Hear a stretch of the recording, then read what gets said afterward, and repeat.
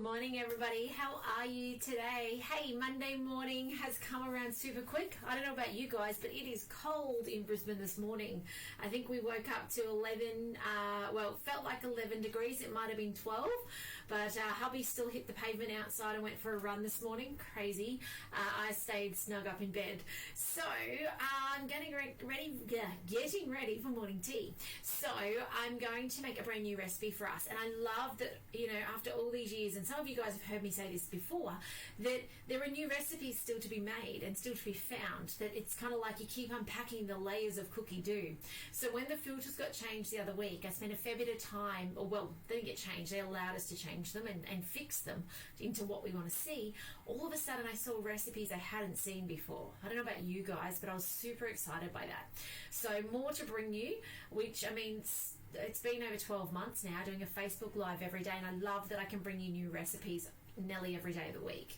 So this is a gluten-free date, apple and walnut tea bread. I do think you could make it probably without being gluten-free if you like, and I'll talk through that, although you guys will have to tell me if that works or not. All right, so I'll give you some hints and tips on how I think you'd change it to non-gluten-free in case you don't have the ingredients. But I also think these are pretty much everyday ingredients except for one. All right, and if you've ever done gluten-free cooking, you will have the one ingredient that makes this particularly gluten-free. So let's get started. Oh, and for those of you who don't know me, my name is Lisa Keegan. I'm a consultant and team leader for Thermomix in Australia.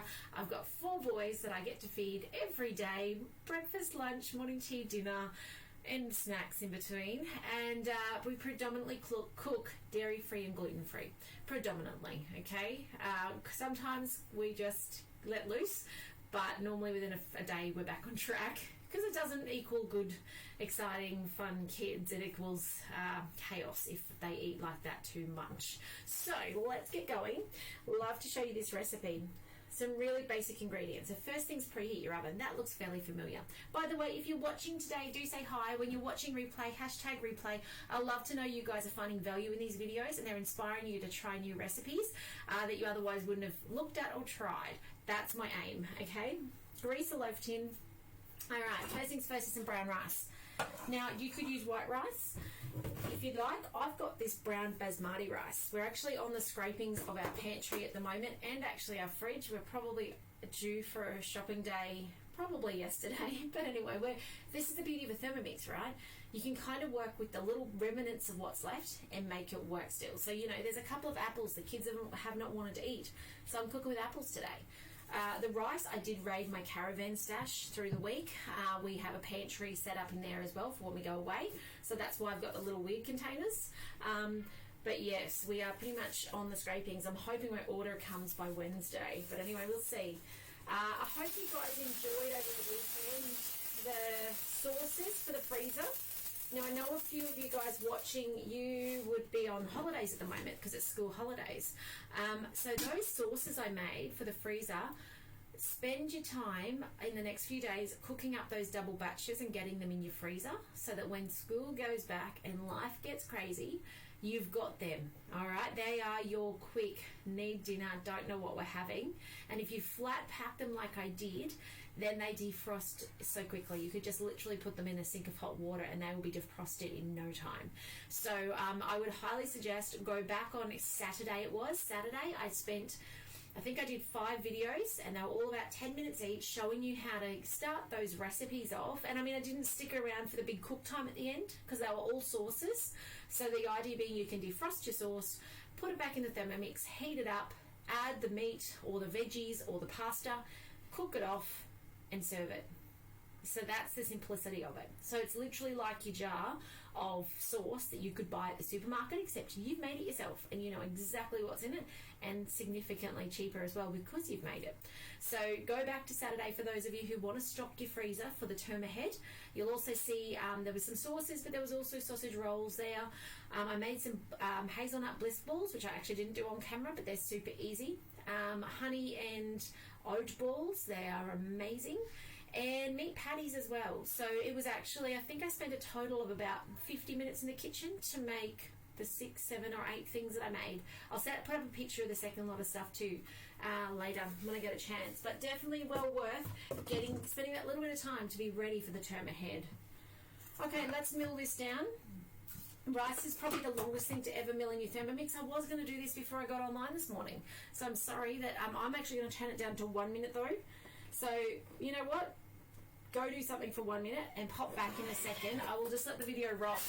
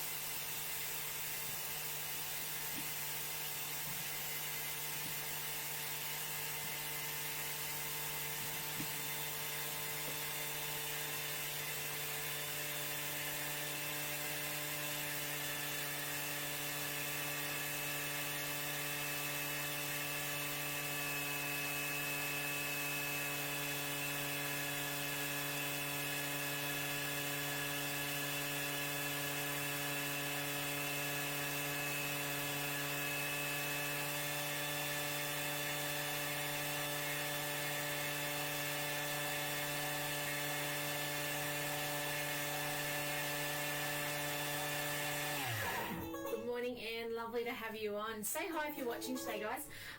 So it said 2 minutes. I tacked it down to 1 minute because I do find 1 minute is long enough. It gets us as fine as we need it to get. I love milling my own rice flour. It was one of the biggest draw cards I remember when I got my Thermomix, because how often do we buy rice flour to make shortbread or something at Christmas time? And funny enough, the expiry only goes 11 months. It makes you to like October or November the next year. So when you go to make shortbread again next Christmas, it's expired. So I love that you can mill your own down in the Thermomix. Anyway, 1 minute is all it takes. That's beautiful and fine, ready to go. But as I said, if you would prefer white rice, use your white rice. If you've got, like mine's a basmati brown, but any brown will do, okay? Transfer to a bowl and set aside. All right, let's grab the thermoserver. Put it in the thermoserver. Love my thermoservers. This month, if you're looking to get a Thermomix on the bench, you get a free, no, not a free, sorry, a $39, oh my goodness, $39 oval thermoserver and blade cover when you're buying a TM6 this month, okay? So, amazing value, because that oval thermoserver really is going to cost you $4 because a blade cover is usually $35. So for $39. Good morning, Sandra. Lovely to have you on. Okay, there's my rice flour. I love that. I love how easy it is to make your own flour. We've been eating a fair bit of buckwheat bread at the moment. And again, you mill your own buckwheat down and make bread with it. It's beautiful. Okay, transfer it to a bowl and set aside. Here we go. Now let's keep going. 80 grams of pitted dates. Pitted is important. Just like a public service announcement, please don't forget to pit them. It is terrible munching into a bliss ball that has little bits of seeds in it. Okay, you'll only do it once, maybe twice if you're like me, but most people only do it once. All right. 88 grams, that'll do. Okay, 140 grams quartered. Now leave your seeds in of your apples. It doesn't really matter. Okay, they're going to get blitzed up. A little bit of, apparently, is it arsenic? Yeah, it's all right. And it's 154. I remember something as a kid, people saying there was something in the seeds that's not good, but you've got to eat a lot of it, so a little bit's all right. Hello, Stella. Lovely to have you on this morning. It's lovely to see all these names pop up.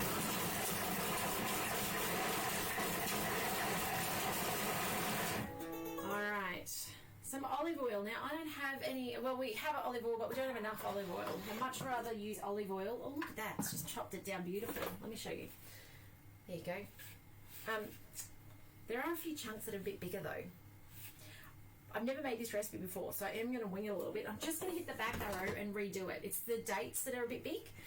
And I don't really want, you know, anyone having this massive clump. And I also don't like it when you cut things like your walnut breads and you get your knife stuck on a chunk.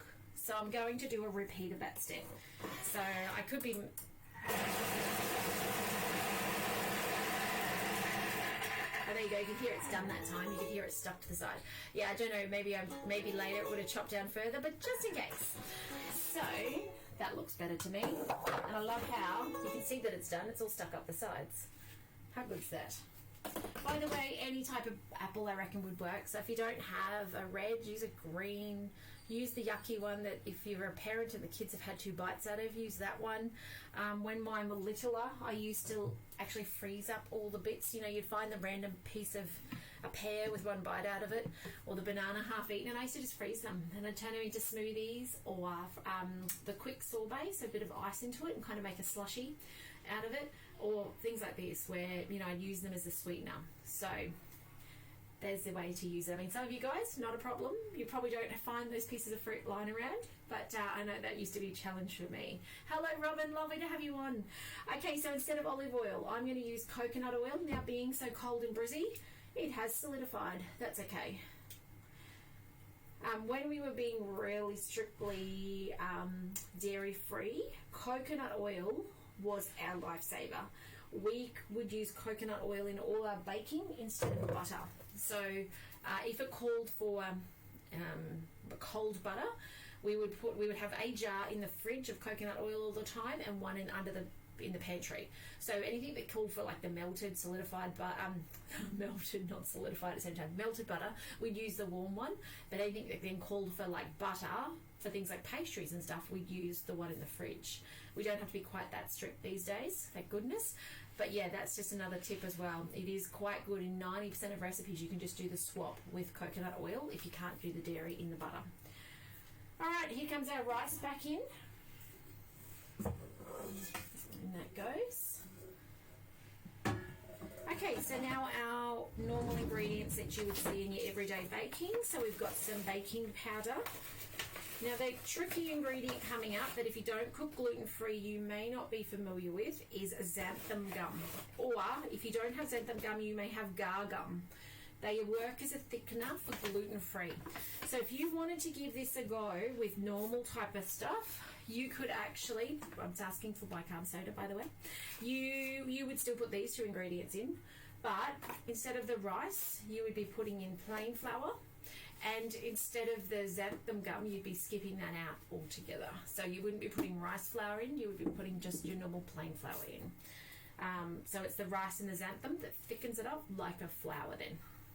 Here it is, half a teaspoon of xanthan gum. And mine's actually the gar gum. Alright, mine, it worked the same way.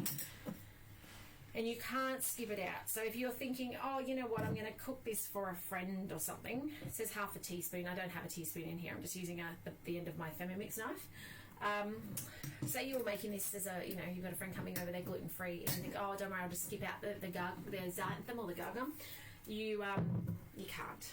All right? You will end up with a very dense product. It doesn't then get fluffy, light, bigger, thicker, rising kind of thing. Done it once before, and yes, I end up with these little pancake cakes instead of, you know, the big fluffy ones. So, and it was purely because I didn't have the xanthan gum at the time, or the gar gum. Okay, so salt, we're nearly done. Now I'm going to cook this today. Actually, while this is blending, I'm going to dash out and grab the tray that I'm going to cook this with, because I want to show you guys the tray. It's got a little bit of sweetener in it. Because it's got the dates, I'm not going to put all this in. I'm actually going to halve it. Normally I'd be using my low carb sweetener, but my order hasn't arrived yet. It's due this morning. The postman should be coming anytime now. I love it when I get those little text messages to say there's a parcel coming. So I think that's my sweetener coming this morning. And some other goodies. I've actually got some sprout packs coming. So I'm really excited to show you guys these sprout packs in the coming days and show you how I'm going to use them. All right, some walnut pieces. Don't know if I've got 80 grams in here. 50. What else have I got I can use? Let's just have a quick squeeze in the drawers. See if there's anything else. So we might actually go short. As I said, I'm on the scrapings of the pantry at the moment. Everything's either the caravan stash or we're substituting. 3 eggs, in it goes. Pre-cracked those. And 100 grams of water. Now, let me go grab the tray I'm going to cook this in, because normally, it said negative 30. I didn't reset it, did I? 70 grams. Nearly there. Normally you do it in that big loaf tin, like the picture, but I want to cook it faster because the kids will be hungry probably now. Let's be real, the moment I step in the kitchen they're asking for food. So I want to make it cook faster. So while this 20 seconds whip up is going, I'm just going to grab the tray so I can show you in a second.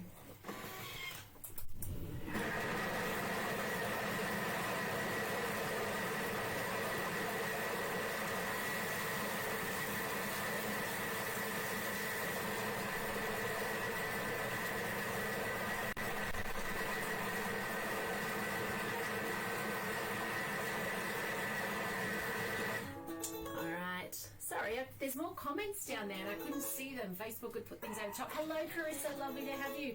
How's Melbourne this morning? Is it cold down there like it is up here? Okay. New tray, favourite tray. We are using this for everything. It's getting used multiple times a day. It is from the Mix Shop. It's a silicone tray, but what's different is it's steel reinforced. So it's actually solid around the outside. I'm actually about to grab their loaf tray as well from the Mix Shop because I want to put it in the caravan because I think it's going to be lightweight and have that flexibility to be able to not have to grease it and just pop the things out. So we've been making our daily zucchini slice in here. So normally we would put that in a big slab tray and then cut it. So the kids have been enjoying putting them into here and then just everybody having two each. We've made little breads with it, little bread rolls with it, things like that. And today I'm going to make this in it because then instead of taking 50 minutes to cook the large loaf, which might be fine for you because you've probably got a patient household who doesn't mind waiting on great food, but mine is not like that. So I'm going to be using this instead. Transfer to the tin and bake for 50 minutes until the skewer comes out clean. And then allow it to cool and slice and serve with a big chunk of butter. We probably won't do the big chunk of butter, but how easy is that recipe? And I would say give it a go at gluten-free. Grab yourself that packet of xanthan gum, even if you've never used it. It doesn't really expire. Like it's one of those products that can just sit in the cupboard. Now I do need to give it a scrape down. You can see that it's stuck up the sides. We don't want to let anything go to waste. All right. And my comments keep going off the screen. Hail yesterday, Carissa. My goodness, that's crazy weather. All right. So there you go, ready to go. All I do now, I might just put it sideways so you guys can see, because I know some of you guys like to actually see, I guess the consistency and stuff as I do it. All right. Oh, and your sister-in-law bought you one like that. That's awesome. What a lovely sister-in-law. So literally, look at that. A little bit one into each. Kind of a bit awkward with the Thermomix there. I want a funny angle. Try and get your bowl to line up with the actual little casings, and that's super easy. Normally I do it from the other side, but I can't get in there with the Thermomix there. All right, guys, I will love you and leave you. Have a fantastic day. Take care with whatever you're doing. I'll be back here this afternoon. I'll show you what we're having for dinner. Haven't figured it out yet. Just a little FYI. I'm going to sit down today and organise today and tomorrow, and then we'll talk more about Wednesday later. But have a fantastic day. Let me know if I can help you with anything regarding your Thermomix. Feed your friends and family, and as they're curious about a Thermomix, let's do a demo. We can do a virtual demo, answer all their questions, or if you're local, a face-to-face demo. And at the moment as well, if they are ready to buy, you can get yourself a $99 Thermomix bowl set. One of these. How cool is that? So, wish I could get one. I want a spare bowl. But anyway, guys, have a fantastic day. Tell your friends and family about what you're doing, and by all means, pass my details on as well, even if it's somebody who needs help with the Thermomix. Actually, one more thing. Thank you to those of you who must be promoting my page out there. I had an influx of people over the weekend come and follow and like the page. So thank you for that. Thank you for backing me and my business. I really do appreciate it. And I appreciate that we're getting the Thermomix out further, and people are seeing that there's an easier way to do things in their kitchen, because life's only getting busier. The world is not slowing down on us, so it's amazing to have something like a Thermomix that takes that stress in the kitchen, and it allows us to, be able to set it on and forget it and walk away and know that the kitchen's not going to burn down and my house is going to be okay. And you know what? Even better than that, we're going to make amazing food with it. We're going to make phenomenal food just by step-by-step recipes. How cool is that? So thank you to you guys for supporting me and backing me and believing in what I do and sharing that with the people around you and out on Facebook world as well. Don't forget to come past the website. My website's tmxingadventures.com.au. I'm about to run a seven-part program, so it's just fall in love with your Thermomix, learn some more hints and tips, feel more confident with your Thermomix. So it's just a small little bite. It's not a big month or anything like that. Thermomix have their beautiful big month programs, but this is just a small bite. It's just to get more hands-on with your Thermomix. Try some new recipes. There'll be some in there that you might be familiar with, but you might learn some tweaking and changing to make them faster. But I'm going to start running more and more of that out of my website as well, because I want you guys to love your Thermomix more. I want you guys to get more out of your Thermomix and feel more confident with it, so that it literally is something that is just it is a spare set of hands in the kitchen. You can walk in and go, what do I feel like? No, that's what I'm going to make, and just know that it's going to be amazing every time. All right, guys, have a fantastic day. Do take care, and I'll see you this afternoon. Bye for now.